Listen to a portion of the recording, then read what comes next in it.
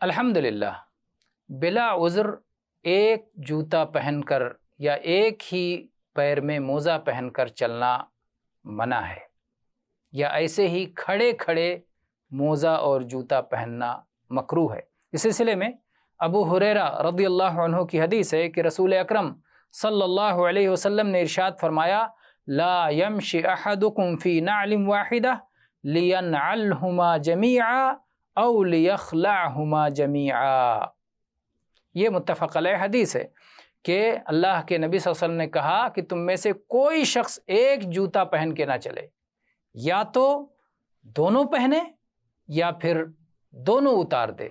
اگر آدمی ایک ہی جوتا پہن کے چلے گا تو یہ انسانی وقار کے خلاف ہے، اور دونوں جوتوں کو ایک جیسا حق حاصل ہے، ایک کو حق دے رہا ہے، ایک کا حق چھین رہا ہے، اور پھر چلنے میں بھی توازن قائم نہیں رہے گا۔ تو اس میں بہت سارے مفاسد ہیں، اور شریعت ہر طرح کے مفاسد سے ہمیں روکتا ہے اور ہر طرح کے مصالح حاصل کرنے کی ہمیں تاکید کرتا ہے۔